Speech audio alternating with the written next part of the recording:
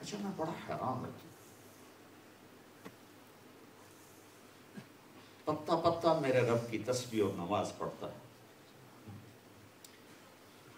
ساتوں آسمان بھرے پڑے ہیں فرشتوں سے، سجدوں میں پڑے، اللہ ان سب سے ہٹ کر کہتا ہے تو سجدہ کر، تیرے سجدے میں جو خوشی ہوتی ہے نا وہ اور کسی سے نہیں ہوتی۔ جب تو دھرتی پہ سر رکھ کے کہتا ہے سبحان ربی الاعلی، تو میں خوش ہو جاتا ہوں۔ تو ہر مرد عورت سے کیا مطالبہ ہے؟ ایسی نماز پڑھو کہ دل خالی ہو۔ یہ نماز سیکھنی پڑے گی، 95% تو پڑھتا ہی نہیں، جو پڑھتے ہیں ان کو احساس ہی کوئی نہیں کہ میں کس کے سامنے کھڑا۔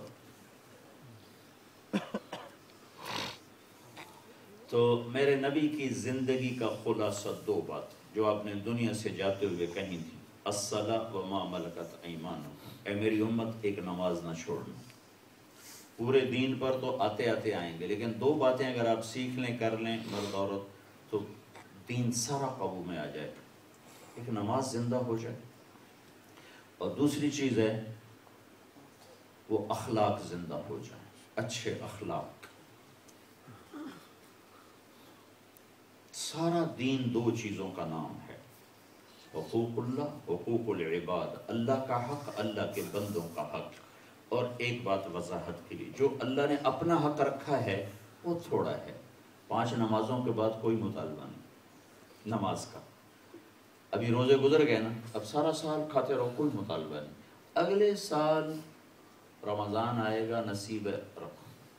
زکوٰۃ پیسے والوں پر، غریب پر کوئی نہیں۔ حج پیسے والا بھی ہو، صحت مند بھی ہو، بیمار ہو تو حج بھی کوئی نہیں۔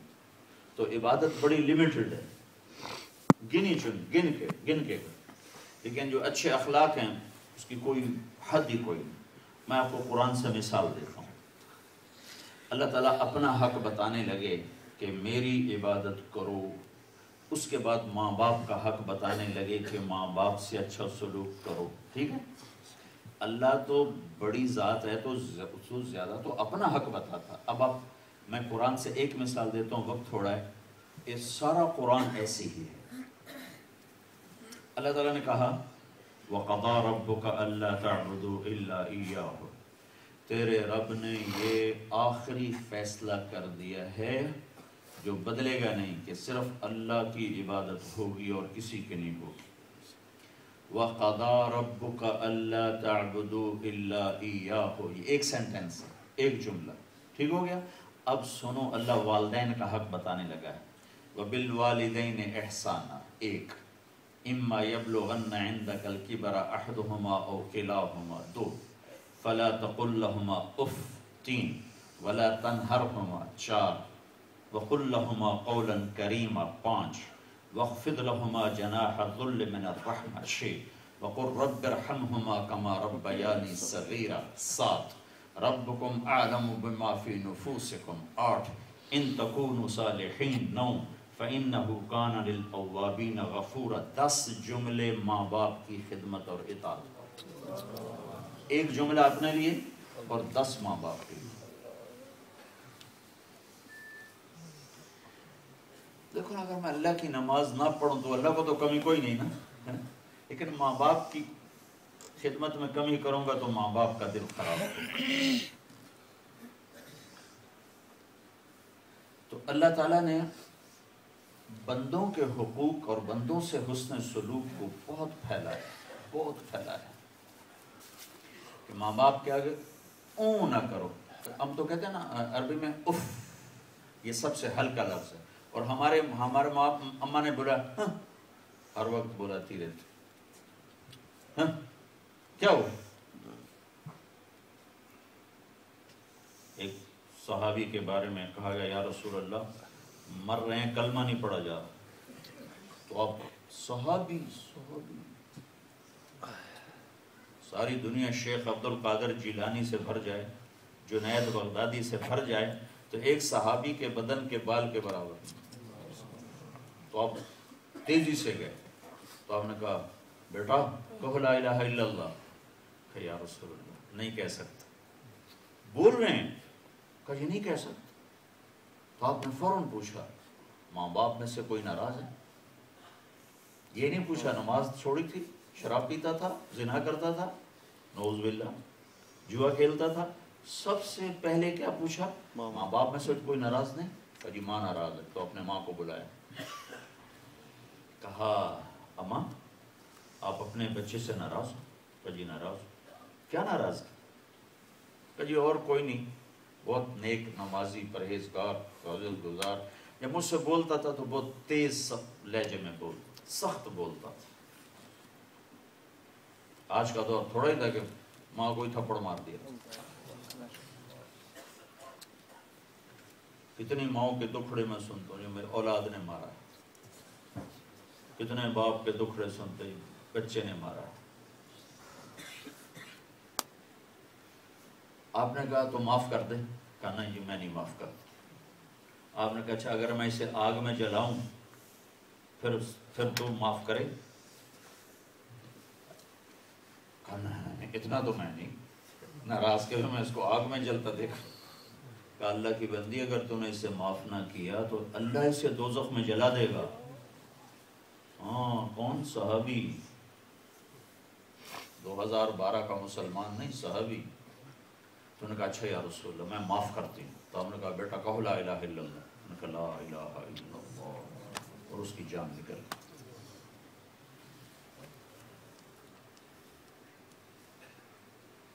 میرے نبی کی زندگی کا دوسرا پہلو عالی اخلاق، اچھے اخلاق، بیویوں سے حسن سلوک، بیوی کا خامن سے حسن سلوک، اولاد سے محبت، اولاد کی ماں باپ سے محبت، بہن بھائیوں سے محبت، ایک دوسرے کی برداشت کرنا.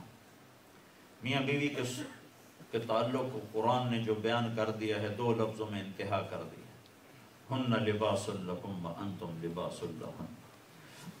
عورت کو پہلے ذکر کیا، تمہیں بعد میں ذکر کیا. کہا کہ عورت تیرا لباس ہے اور تو عورت کا لباس ہے.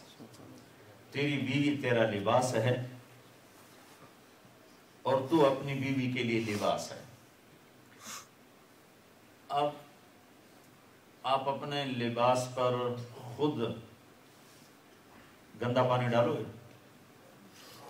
جب آپ روٹی کھانے بیٹھتے ہو تو آگے نیپکن رکھتے ہو کہ میرا کرتا خراب نہ ہو.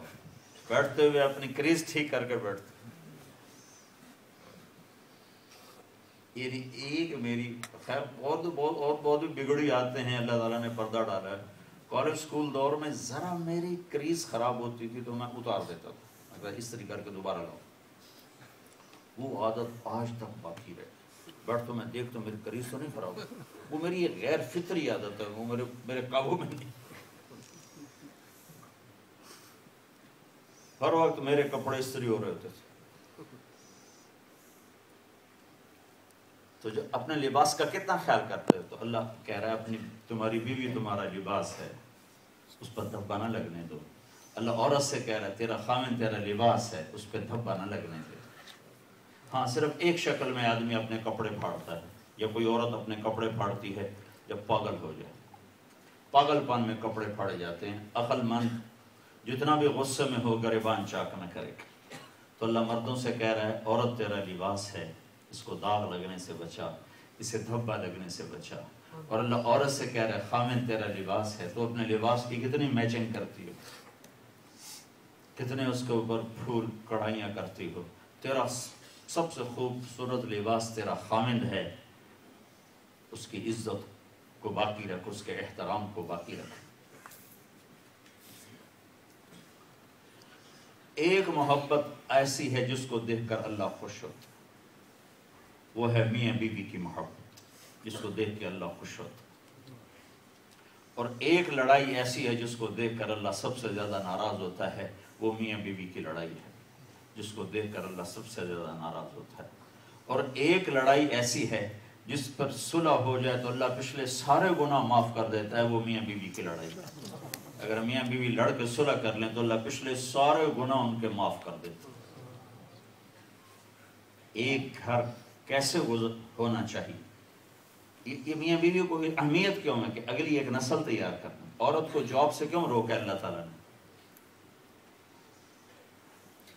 چھوٹا گھر لے لو، تھوڑا کھا لو، چھوٹی گاڑی لے لو، اپنی عورتوں کو کہو گھر میں بیٹھو، ان بچوں کو مسلمان بنا کے مریں، تم بھی کماؤ میں بھی کماؤں، کیونکہ گھر کی قسط دینی ہے، گاڑی کی قسط دینی ہے، فلاں کی قسط دینی ہے، چھوٹی گاڑیاں رکھ لو، چھوٹے گھر لے لو۔